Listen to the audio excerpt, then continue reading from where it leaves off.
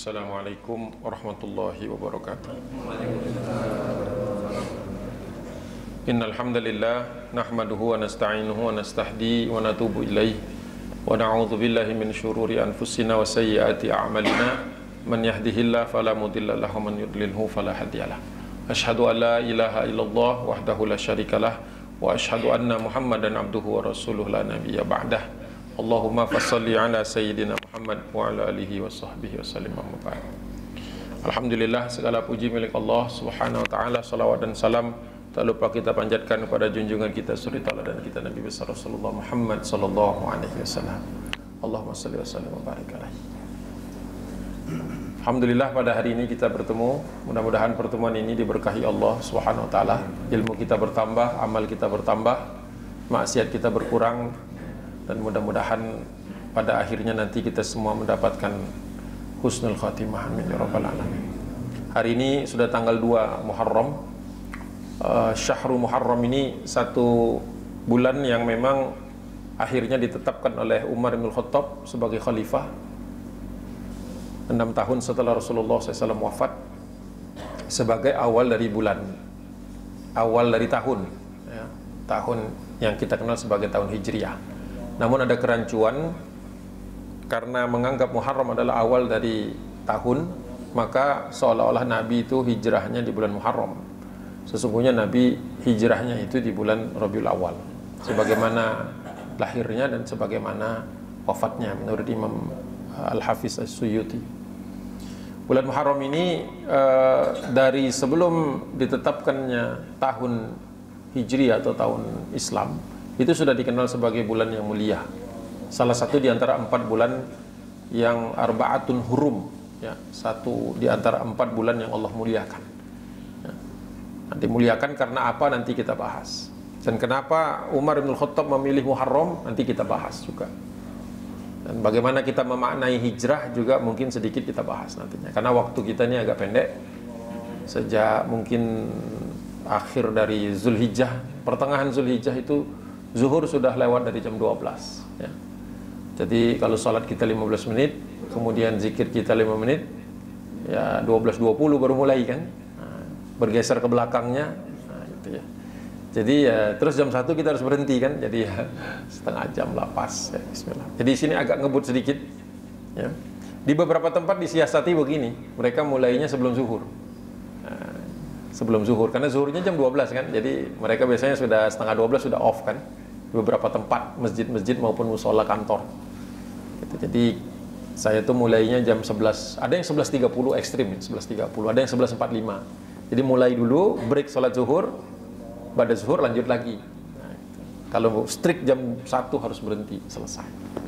Nah, karena memang map 30 menit itu untuk satu materi itu kadang-kadang kurang. Tapi nggak apa-apa, kita coba ambil intinya saja. Nah, hijrahnya Nabi SAW itu ada 4 peristiwa besar dalam hijrah Nabi itu. Pertama, pertemuan orang Quraisy di Darun Nadwah. Itu terjadi hari Kamis 1 Rabiul Awal, atau bertepatan dengan Masihiyahnya itu 16 Juni 622 ya, 622. Jadi ada pertemuan di Darun Nadwah ya, Abu Jahal CS. Nah, mereka ini kemudian memutuskan untuk membunuh Nabi. Maka rumah Rasulullah dikepung. Kemudian Jibril alaihissalam mendatangi Nabi, memerintahkan Rasulullah untuk hijrah. Itu sahabat Nabi sudah banyak, sebagian yang hijrah itu sudah ada. Tapi di hari itu Rasulullah SAW menempatkan Ali bin Abi Thalib di atas dipannya, ditutup selimut, dan Rasulullah pergi tanpa bisa dilihat oleh orang-orang yang lain. Inilah salah satu bentuk pertolongan dari Allah Subhanahu Wa Taala. Rasulullah SAW dan Abu Bakar kemudian ke Gua Thur. Ya. Itu kurang lebih 4 hari setelah itu orang sibuk mencari Nabi dan Rasulullah tidak ditemukan.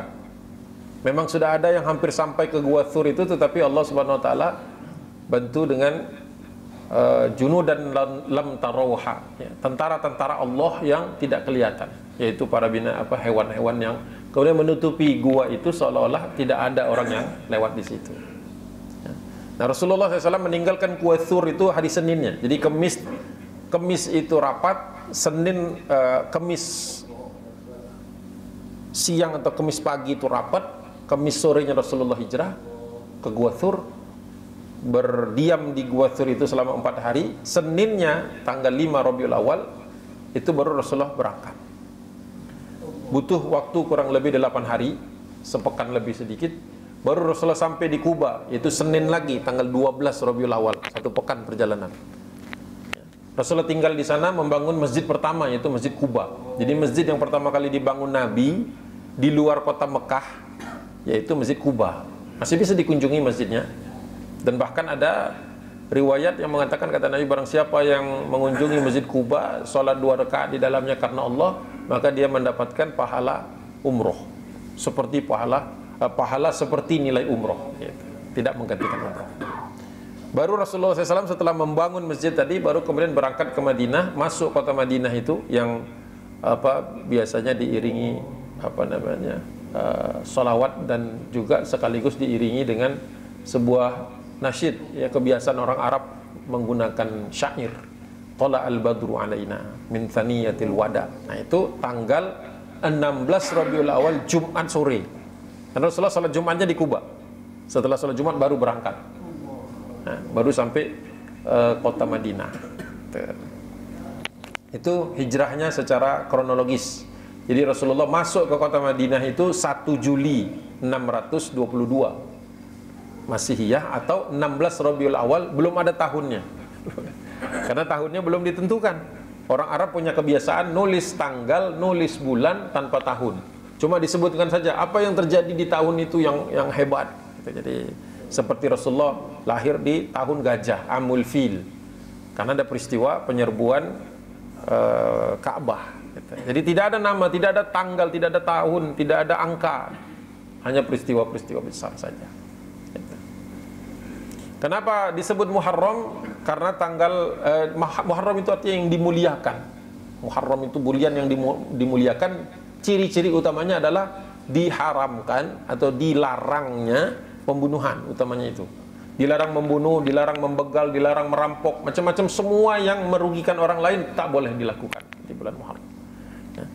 Tapi sebenarnya nanti ada 4 bulan yang Muharram yang bersifat mulia itu, yaitu Zulqa'dah, Zulhijjah, Muharram, dan 1 bulan lagi Rajab. Nah, Rajab, ya. Nanti saya jelaskan juga. Nih sedikit-sedikit jelasin. Itu disebut dengan bulan yang mulia. Nah, kapan mulai ada penanggalan atau kapan mulai terfikir untuk meletakkan tahun?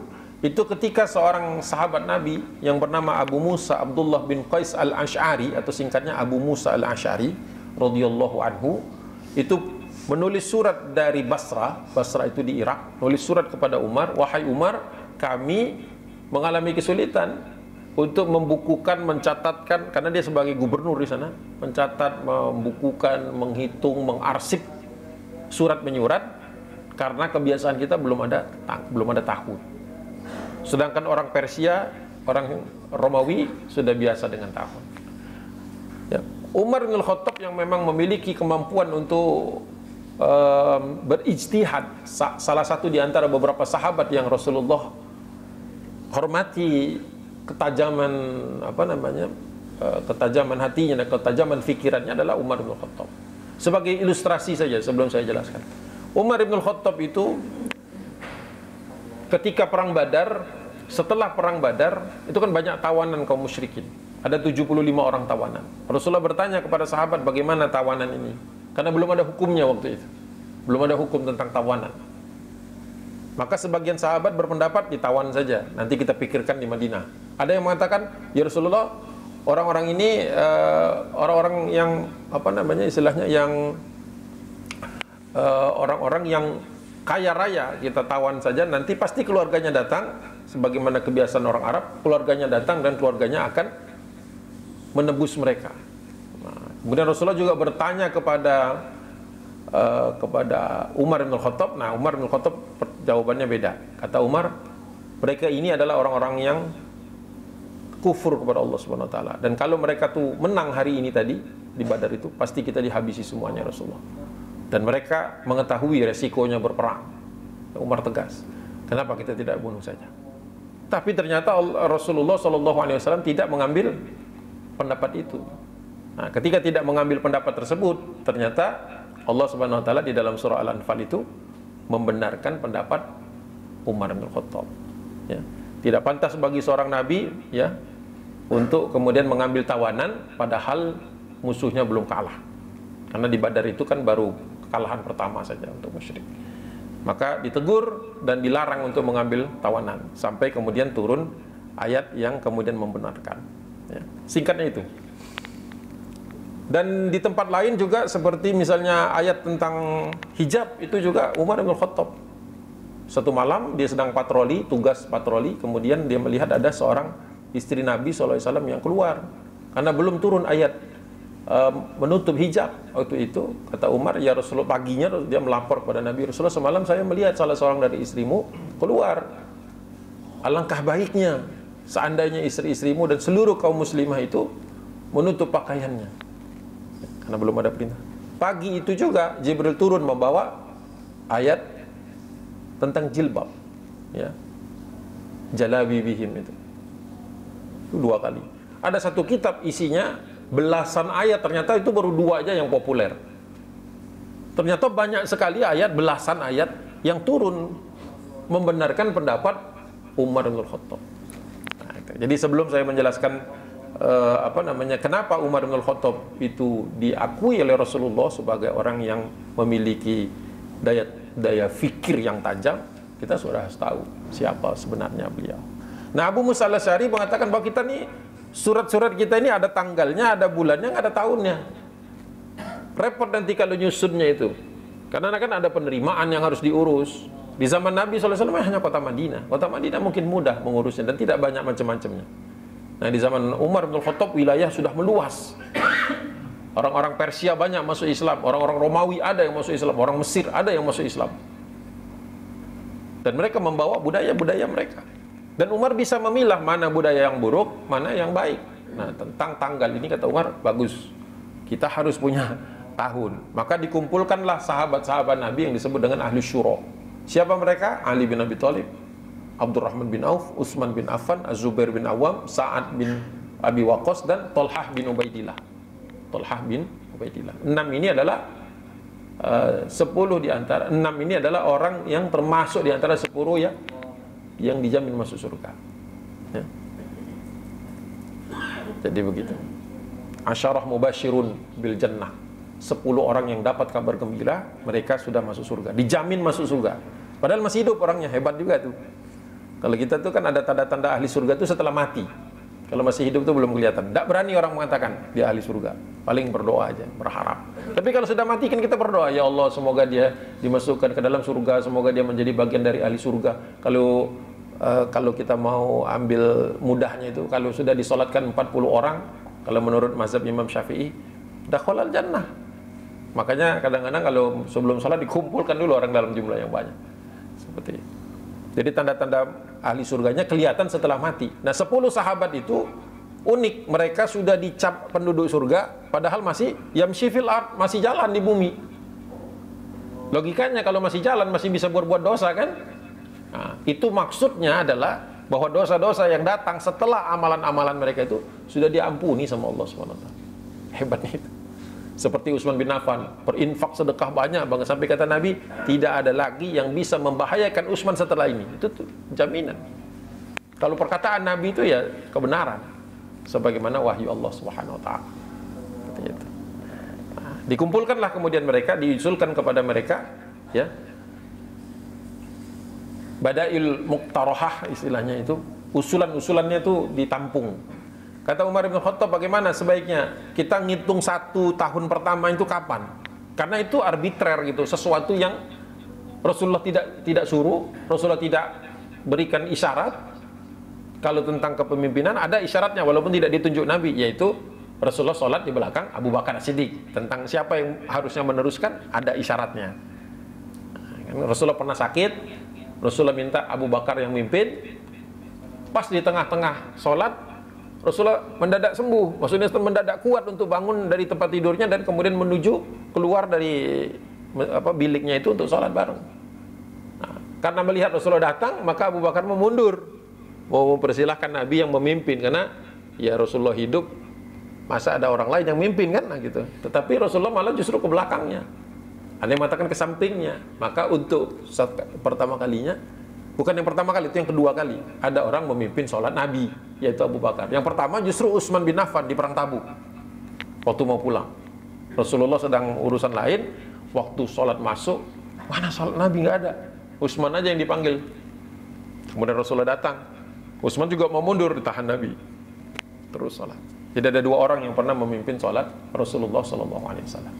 Nah, usulan pertama, kata orang, tahun kelahiran Nabi saja kita jadikan patokan. Tahun gajah itu aja bikin tanggal tahun 1 Hijriah. Tahun 1, belum ada tulisan Hijriah. Tahun 1 itu lahirnya Nabi. Ada lagi usulan, kenapa enggak pada tahun wafatnya Nabi saja? Tahun wafatnya Nabi saja.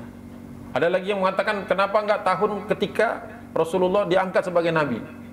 Tiga itu ditolak sama Umar.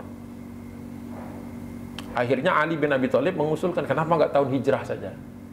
Nah, barulah kemudian kita mengenal tahun yang disebut dengan tahun hijrah atau hijriyah. Gitu. Ya, jadi prosesnya itu panjang, nggak langsung ke situ. Nah, kenapa tidak suka Umar menolak kelahiran itu? Karena kata Umar, ini menyerupai kaum Nasrani yang mengagung-agungkan, mengeluh-elukan putra Maryam kelahirannya. Kalau kematiannya, Rasulullah tidak pernah menyuruh orang untuk merayakan kematian atau membicarakan atau mengagungkan kematian. Kalau masalah pengangkatan Nabi, ada juga pendapat Umar bahwa pengangkatan Rasulullah itu di Mekah. Kaum Ansor tidak merasa bagian dari kita, karena kaum Ansor bagian dari kita, tetapi peristiwa itu terjadi di Mekah. Sedangkan hijrah transisi gitu. Nah, ada sebuah dalil yang bicara tentang ini. Kata Umar bin Khattab, ini kita temukan di kitab Fathul Bari ya. Falamma taqafu, ya, ketika kaum muslimin sudah menyepakati perlunya tahunan tadi atau kalender tadi, qala ba'duhum, sebagian dari mereka berkata, ya, ibda'u bi Ramadan. Bahkan ada yang mengusulkan, udahlah kita jadikan Ramadan aja mulainya itu. Jadikan Ramadan saja. Faqala Umar bal bi Muharram. Kata Umar bin Khattab, jangan, kita jadikan Muharram saja. Nah, itu apa namanya? Usaha-usaha Umar untuk beristihad tadi. Kenapa kemudian pilihannya jatuh pada Muharram ketika bulannya ditentukan? Karena kita tahu ada 12 kan, 12 bulan dari Muharram, Safar, Rabiul Awal, Rabiul Akhir, Jumadil Ula, Jumadil Tsani, Rajab, Sya'ban, Ramadan, Syawal, Zulqa'dah, Zulhijjah. Zulhijjah itu adalah tahun terakhir, bulan terakhir dalam tanggalan orang-orang Arab. Jadi nanti setelah Zulhijjah balik lagi Muharram. Maka kata Umar, kita pergunakan Muharram saja sebagai bulan pertamanya. Fa innahu munsarafun nas. Karena ini sudah diketahui, sudah dibiasakan oleh orang-orang sebagai suatu penutup atau akhir dari min hajjihim, dari haji mereka. Ya. Jadi orang itu tahu kalau sudah bulan Zulhijjah berakhir, maka bermulailah fase berikutnya. Jadi secara otomatis orang sudah terbiasa, oh kalau setelah Zulhijjah balik Muharram lagi. Jadi tidak perlu substitusi, tidak perlu diganti dengan bulan-bulan yang lain, kata Umar. Itu cerdasnya Umar. Ya. Fattafaqu alaihi, kemudian mereka menyepakati pendapat Umar. Ya. Nah, kalau tahun hijrah itu Umar berpendapat bahwa tahun hijrah ini bisa diterima oleh orang-orang muhajirin karena mereka meninggalkan kota Mekah, dan bisa diterima juga oleh orang-orang Ansor karena Rasulullah pindah ke situ. Ya, tahun hijrah itulah tahun atau tanggal tersebut, yaitu Rabiul Awal tadi, bulan Rabiul Awal tadi sebagai tahun di mana Rasulullah pindah. Rasulullah SAW baru memerintahkan sahabat Nabi untuk hijrah itu kan setelah orang-orang Ansor bersepakat dan bertekad dan menyanggupi untuk melindungi Rasulullah. Jadi ketika orang-orang Ansor itu datang ke Mekah untuk melaksanakan haji ketika masih jahiliyah, itu mereka menemui Nabi SAW. Ya, mereka menerima tawaran Rasulullah untuk tinggal di kampung orang-orang Ansor. Zaman dulu disebut Yastrib. Ya. Nah, gitu. Jadi cenderung kepada memberikan nama, akhirnya ditetapkanlah hijrah sebagai tonggak awal. Jadi hitung mundur itu. Ya. Setelah hijrah itu kan berarti ada sekitar 10 tahun di kota Madinah dan Rasulullah wafat. Setelah itu di zaman Abu Bakar As-Siddiq 2 tahun tidak ada keperluan tanggalan. Umar juga masuk tahun keempat baru ada peristiwa Abu Musa al-Asy'ari tadi. Jadi 6 tahun setelah Rasulullah wafat barulah ada penetapan tahun pertama Hijriah. Jadi di tahun ditetapkannya itu disebut dengan tahun berapa? 10 tambah 6. Ya kan, berarti sekitar 16. Jadi dimulainya itu tanggalan pertama kita itu 16, bukan 1. Karena 1 itu di tanggal Rasulullah hijrah. Antara hijrah Nabi dengan wafatnya Rasulullah kurang lebih 10 tahun. Dari wafatnya Rasulullah ke penanggalan itu mulai disahkan 6 tahun. 16 berarti ya, 16. Jadi tanggal pertama itu 16 Hijriah. Fathul Bari 11 jilid 11 halaman 264. Nah, ide untuk memilih Muharram ini, ijtihad Umar bin Khattab ini didukung oleh Utsman bin Affan. Kalau Utsman bin Affan mengatakan memang bulan Muharram ini pantas menjadi bulan pertama kita karena dia bulan yang mulia. Ya. Kita tahu bahwa waktu itu disebut tanggalan Hijriah itu sudah ada yang bertanya, kalau misalnya Rasulullah itu Rabiul Awal, kenapa nggak Rabiul Awal aja dijadikan bulan pertama? Umar dengan mudah menjawabnya, memang Rasulullah hijrah di Rabiul Awal, tetapi sahabat-sahabat Nabi pertama kali hijrah itu di bulan Muharram. Karena kaum Ansor selesai berbaiat kepada Nabi di Baiatul Aqobah, menyandakan bahwa mereka siap menanggung sebagai menanggung hijrahnya Nabi, para sahabat nanti, mereka siap membuka pintu-pintu rumah mereka, mereka siap menerima sahabat-sahabat baru mereka ini, para sahabat ini. Itu di bulan Zulhijjah. Rombongan pertama dari sahabat Nabi hijrah itu di bulan Muharram. Nanti ada di bulan Safar, baru Rasulullah di Rabiul Awal. Jadi tidak keliru juga bahwa Muharram menjadi bulan pertama tadi karena memang sudah terbiasa, dan bulan yang salah satu yang disebut dengan Arba'atu Hurum, 4 bulan yang mulia, dan juga tidak keliru juga karena memang ada sahabat yang sudah berangkat. Ya, sahabat-sahabat generasi awal atau sahabat-sahabat yang disuruh berangkat duluan itu ada biasanya adalah orang-orang yang mustad'afin, orang-orang yang lemah, orang-orang yang dilemahkan. Seperti itu. Nah, kemudian di dalam surat At-Taubah ini terkait dengan penamaan bulan tadi atau bulan yang disebut dengan 4 bulan haram tadi, ayat ke-36. A'udzubillahi minasyaitonirrajim. Inna 'iddatasy-syuhuri 'indallahi 12 syahran fi kitabillah. Sesungguhnya bilangan ya, iddah ya. Sesungguhnya bilangan dari bulan-bulan asy-syuhur indallah itu jumlahnya adalah 12 syahran bulan fi kitabillah, merupakan ketetapan Allah. Sejak kapan? Yauma khalaqas samawati wal ard. Bahkan Allah menyatakan bahwa 12 bulan itu adalah sesuatu yang Allah sudah tetapkan sejak permulaan penciptaan langit dan bumi.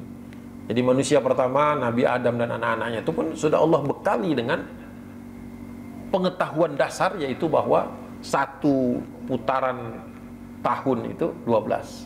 Nah, tinggal namanya berubah-berubah sampai kemudian disempurnakan di zaman Nabi Ibrahim dengan Muharram, Safar, Rabiul Awal sampai dengan Zulhijjah. Nah, itu kemudian diadopsi oleh Nabi Muhammad SAW ya, sebagai bulan-bulan resmi, dan kemudian dibakukan lagi di zaman Umar ibn Khattab. Nah, minha, Allah berfirman lanjutan dari ayat yang tadi, minha, di dalam 12 bulan itu arba'atun hurum ya. Jadi yauma khalaqas samawati wal arda minha arba'atun hurum. Di antara yang 12 itu ada 4 saja yang bulan lebih mulia daripada yang lain. Nah, itu dalam tafsir Imam At-Tabari, tafsir At-Tabari ya, Abu Ja'far Muhammad bin Jarir At-Tabari disebutkan Dzulqa'dah, Dzulhijjah, Muharram dan Rajab. Kenapa 3 ini berdekatan ya? Dzulqa'dah, Dzulhijjah, Muharram berdekatan. Bulan ke-10, 11 dan 12. Ini karena orang-orang Arab dari sejak zaman jahiliyah menjadikan haji itu sebagai salah satu pertemuan paling besar mereka, pertemuan akbar mereka. Itu orang-orang datang ke Mekah itu dari seluruh penjuru jazirah, baik dari Yaman, dari Hadramaut, dari Oman, Bahrain dan seterusnya, perbatasan Irak dari wilayah utara dan seterusnya, sampai datang ke situ. Ya, karena orang Arab ini ya tetap mengagungkan Baitullah yang dibangun oleh Nabi Ibrahim dan Nabi Ismail, datang ke sana untuk melakukan haji. Walaupun kita tahu lambat laun haji itu kemudian menyeleweng dari dari aslinya dengan adanya tambahan-tambahan berhala-berhala. Tetapi ketika pertama kali itu mendatangi haji itu merupakan suatu proses yang sakral. Nah, supaya tidak terjadi sesuatu hal yang tidak diinginkan, karena orang berangkat haji waktu itu butuh biaya besar. Dan zaman itu belum ada perbankan, belum ada ATM, belum ada macam-macam uang-uang yang sifatnya digital. Maka semua orang harus bawa uang itu secara cash. Dan belum ada uang kertas, jadi bawanya itu logam, entah emas maupun perak. Nah, ini sebuah resiko besar karena perjalanannya dari jauh, tempat-tempat yang jauh. Maka dibuatlah konvensi, dibuatlah kesepakatan sesama orang Arab bahwa 1 bulan sebelum haji, 1 bulan setelah haji, dan bulan haji itu tidak boleh ada pencegatan, tidak boleh ada penyergapan, tidak boleh ada pembunuhan selama bulan itu. Nah, ketika hajinya di bulan Zulhijjah, maka sebulan sebelumnya berarti Zulqa'dah, sebulan setelahnya berarti Muharram. Gitu. Itu di dalam tafsir Imam At-Tabari ada. Nah, di dalam Arba'atun Hurum tadi, dzalika dinul qayyim, Allah jelaskan bahwa agama ini adalah agama yang lurus. Agama ini adalah yang paling adil, yang paling seimbang.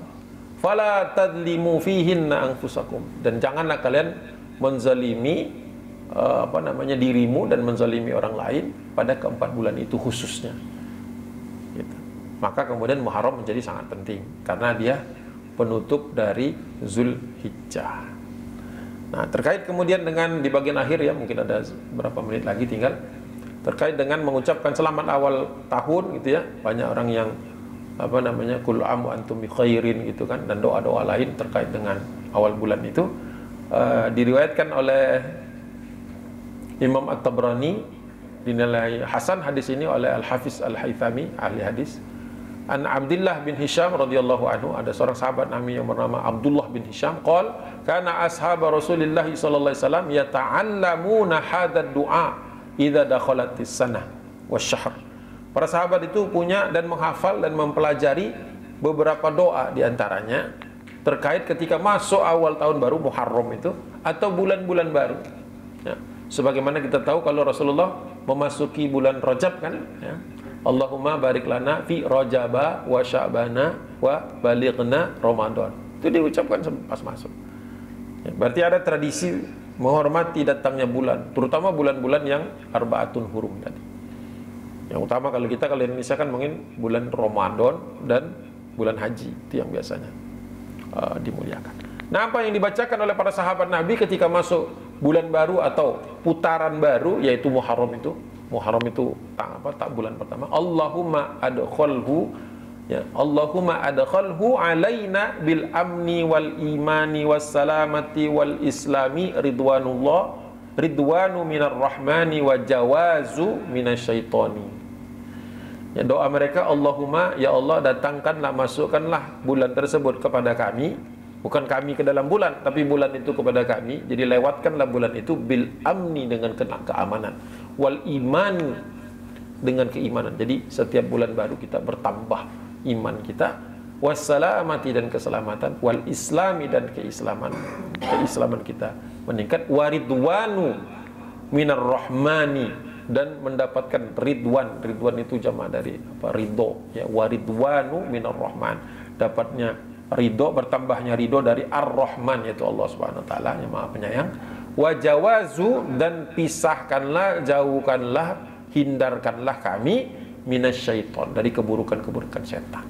Ya, jadi kalau misalnya masuk bulan baru, kita mau doa Allahumma adkhalhu alaina bil amni wal imani was salamati wal islami wa ridwanu minar rahmani wa jawazu minasyaitoni. Itu doa yang pernah dibiasakan oleh para sahabat dahulu. Ya, jadi kalau misalnya kita bertanya, boleh nggak kita mendoakan seseorang di awal bulan? Boleh saja. Di awal tahun? Boleh saja. Tidak ada larangannya, ya, tapi juga tidak menjadi sunnah. Nah, kalau para ulama dahulu, ini penjelasan lebih detail sedikit. Dari Al-Hafiz As-Suyuti, Imam As-Suyuti tadi saya sebut juga, mengutip kutipan dari Syekh Zakiyuddin Abdul Azim Al-Mundhiri bahwa Al-Hafiz Abul Hasan Al-Maqdisi pernah ditanya, ya, orang tentang selamat-selamat, mengucapkan selamat di awal bulan. Ya. Ditanyanya sebagai berikut. Su'ila anit tahni'ah, ya. Ditanya tentang bagaimana pengucapan atau selamat-selamat, ucapan selamat fi awaili syuhur wassinin, di awal bulan atau di awal tahun, ya. Au huwa bid'atu amla, apakah ada suatu hal yang bid'ah di dalamnya atau tidak? Fa ajaba bi anna an-nasa lam yazalu mukhtalifin.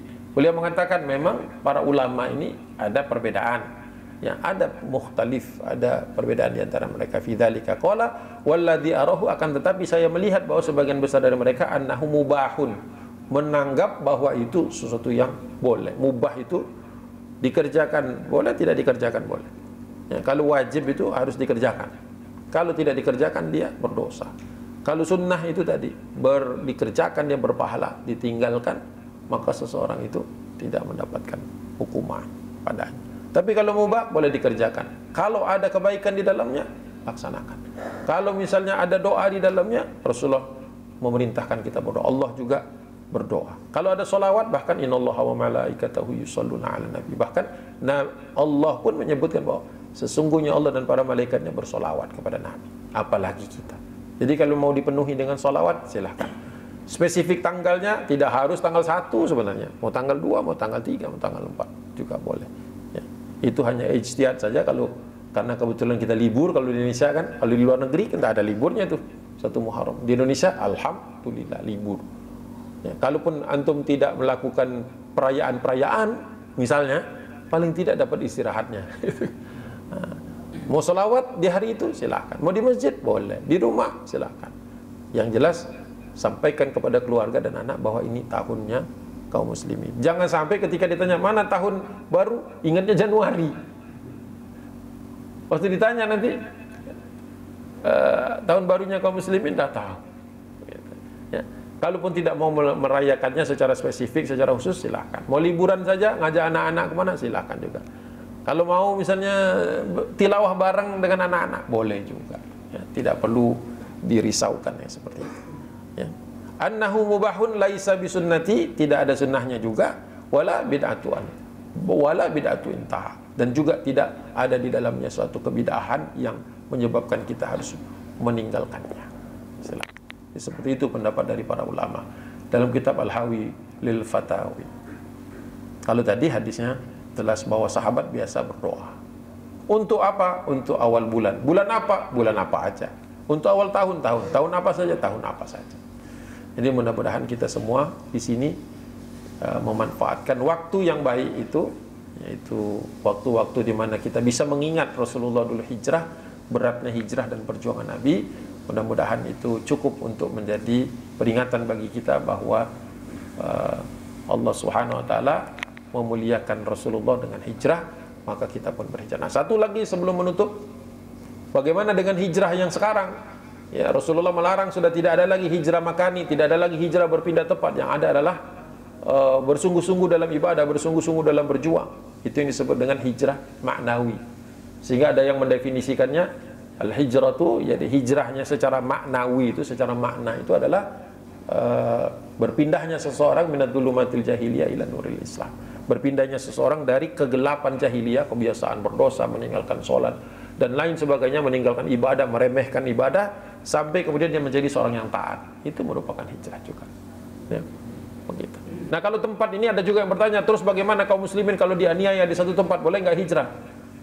Untuk menyelamatkan dirinya boleh. Itu. Tetapi kalau semua kaum muslimin hijrah dari tempat sehingga tempat itu dikuasai musuh, maka ada larangannya. Seperti tempat yang sekarang sedang dikuasai oleh Zionis itu ya, Palestina dan kemudian Al-Quds. Itu fatwanya berbeda dengan tempat-tempat yang lain. Karena ada tempat yang spesial di sana. Terus bagaimana kalau kita hijrah? Apakah hijrah itu sudah memastikan kita bisa masuk surga? Ya belum tentu.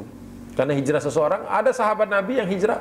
Kata Nabi, hijrahnya karena dia ngejar istrinya. Hijrahnya bukan karena Allah, karena istrinya hijrah dia ikut hijrah. Jadi periksa lagi niat kita, hijrahnya itu karena apa? Mungkin saja kita supaya dilihat orang baik, misalnya. Ya. Karena Allah Subhanahu wa taala. Terus ada pertanyaan lagi, gimana kalau barang-barang dilabelin hijrah? Gitu. Jadi masalah nggak? Topi hijrah misalnya gitu, atau pakaian hijrah? Gitu. Ya silakan saja mau dilabelin seperti itu, asal jangan merasa yang nggak pakai itu nggak hijrah gitu. Sederhananya begitu. Dan kalau sudah pakai itu, bukan berarti otomatis sudah hijrah, karena pakaian tidak membuat seseorang jadi baik, tapi akhlaknya, imannya, amalnya, begitu saja. Ya, jadi jauhi hal-hal yang sifatnya ekstrim. Dan kadang-kadang barang-barang ini karena merchandise, ya, namanya branding gitu kan, kadang-kadang mahal. Ini menyulitkan bagi orang yang benar-benar mau hijrah. Gitu. Wah mahal, ternyata hijrah mahal. Gitu. Karena apa? Produknya mahal. Gitu. Ya silakan bergeraklah, berubahlah karena Allah Subhanahu Wa Taala, karena Allah Subhanahu Wa Taala berfirman, innamal mu'minuna, bukan yang itu, inna akramakum indallahi atqakum, sesungguhnya inna akramakum, sesungguhnya yang paling mulia di antara kalian, inna akramakum indallahi, di sisi Allah Subhanahu Wa Taala, atqakum, yang paling takwa. Jadi kalau hijrah itu membawa kita kepada takwa, baik, bagus. Kalau perubahan kehidupan kita, kebiasaan kita itu mengantarkan kita kepada takwa sehingga Allah sayangi kita, ampuni kita, silahkan bagus. Ya. Tapi jangan merasa paling bagus, paling hebat, paling bersih dan sebagainya. Selalu kita tawadhu di hadapan Allah Subhanahu Wa Taala. Ya. Itu mungkin dari saya terkait dengan bulan hijrah dan sejarahnya dan sebagian dari fadilahnya dan doa-doanya dan hukumnya. Mudah-mudahan kita semua dimudahkan untuk berhijrah menuju kebaikan, menuju kesolehan, ya, dan keluarga kita juga menuju keluarga yang sakinah mawaddah warahmah dengan hijrah itu. Billahi taufiq wal hidayah, wallahu muwaffiq ila aqwamit thariq. Nasrun minallahi wa fathun qarib. Wa basyiril mu'minin. Billahi taufiq wal hidayah. Assalamualaikum warahmatullahi wabarakatuh.